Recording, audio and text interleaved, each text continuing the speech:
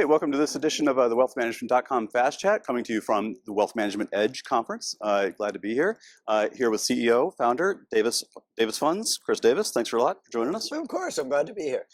So you just got done giving a presentation, but I wanted to ask you a little bit about your theories about investors keeping their emotions in check. The behavioral finance, important all the time, but especially in the past month. Right. What have you been telling clients, investors over the past month when things are falling apart and they're starting to panic? Well, fear is the enemy of the long-term investor. It's what spirals panics. And when you think about what the Stoics said about fearful times, about difficult times, they said they present an opportunity to behave well. And you think of what behaving well means to a financial advisor. It means helping your client keep their emotions in check, keeping them from running for the hills when prices are low. In the same way you want to keep their greed in check when prices are high. And for the investor, it means recognizing that times of emotions are maybe difficult as a citizen. They're difficult in terms of empathy, people suffering, but boy, do they create investment opportunities. So that's the opportunity we see today. Well, I was going to ask you if there's any strategies that you're seeing now that are good opportunities. Yeah. Well, one of my mentors in life was John Templeton, and he used to say to me, Chris, people always ask me what looks good, and they ought to be asking what looks bad. What do people not want to own? And when we started our actively managed ETFs, we didn't pick the areas that were the most popular. We picked the areas where we saw the biggest opportunity. And so that was, in financial stocks, we see a terrific opportunity. These financials are built to withstand the storm clouds on the horizon, the coming hurricanes, but also to prosper in the good times. They are built to last. They have wonderful dividends, enormous resiliency, low valuations. We love global and international. It's so out of favor, and yet wonderful businesses, cheap prices. And then we like a selective, what I would call value strategy that steers away from deep distressed values, cigar butts that get disintermediated, and is open to what we call growing value, but also undervalued growth. When people are panicking out of growth, we also want to look at companies like Google, companies like Applied Materials, Intel, that are selling very cheap today. So those are where we see the biggest opportunities. Definitely out of favor stocks Absolutely. At this point. You mentioned your active ETFs, and I did want to touch on that. Why did you go in the active ETF route? And particularly for you guys going in, because you're active managers, why go the transparent active ETF route? Well, and we were very early. This was years ago. And well, of course, we built our firm in partnership with financial advisors. We just think managing a client is a very discrete and important skill set, but it's different than managing a portfolio.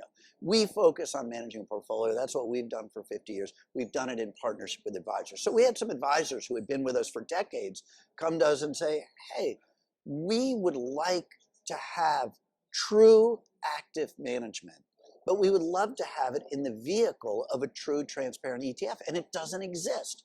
So could you guys do it? And we looked at the way we manage money, and look at these characteristics. We're low cost, we're low turnover, we're large cap, and we have a culture of transparency. We want our clients and advisors especially to know where we're seeing opportunities, what we're invested in. So we really had a wonderful confluence of attributes that made us well suited to really be the first to offer true, proven, long-term equity active management, but in the form of a fully transparent, true ETF. You're not afraid of giving away the secret sauce. Well, our turnover is so low and we tend to focus on large companies. So the idea of somebody front running, given that we have low fees, we just felt it didn't create a lot of opportunity. For example, we have advisors that have been with us for decades that also have separately managed client accounts with us. Well, they know what we're buying and selling. And the relationship that we have with our advisors is a trust-based relationship. So if they want our services in the form of the ETF, of course we trust them. It's been the nature of our relationship with them for 5 decades. So that maybe answers my next question, which is, the ETF structure, the danger with it is it's so easy to sell, so easy to move in and out of. Yeah. And that's, during panic times, it would be pretty easy just to sell the ETF and get out, but you're not seeing your advisors do that. Well, what we've really seen is 2 different types of advisors. So we have advisors that have been with us for a long time. They know what we do, they know how we do it, and they allocate a portion of their clients' assets to us. We also think of it as sort of generational wealth building. It's a long-term wealth building strategy. It's never really the flavor of the day. It's not the hot dot. It can go in and out of favor for periods of time, but they know we're going to be here. They know we're invested alongside our clients. They know we have our own money on the line with them. But then we've also found a different group of advisors, which are the real active ETF users. And what they have recognized is there are periods of time when active management does especially well. And we've forgotten it because it's been quite a long time. But they recognize and they want to reserve a place in their portfolio for true active management. So they need really high active share.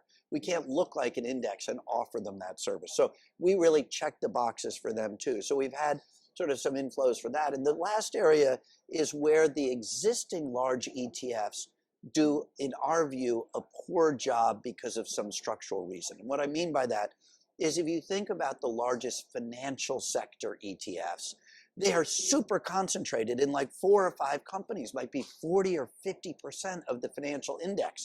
We think that's too concentrated. So, you know, in the financial sector, we're able to offer a little bit of a more diversified fund based on, you know, our own experience managing a financial sector mutual fund for 35 years. I started it in the late 80s. Yeah. So we have a long record of sort of competence. So, and then the other area is in international, where so many of the international indexes are overweighted to former state-owned enterprises that really we think equity investors don't really want to own those. They want to own the growing companies, the entrepreneurial companies, the tech companies. So we think we have an opportunity to really add value in areas where the indexes have some liabilities. And we found real ETF investors being receptive to that.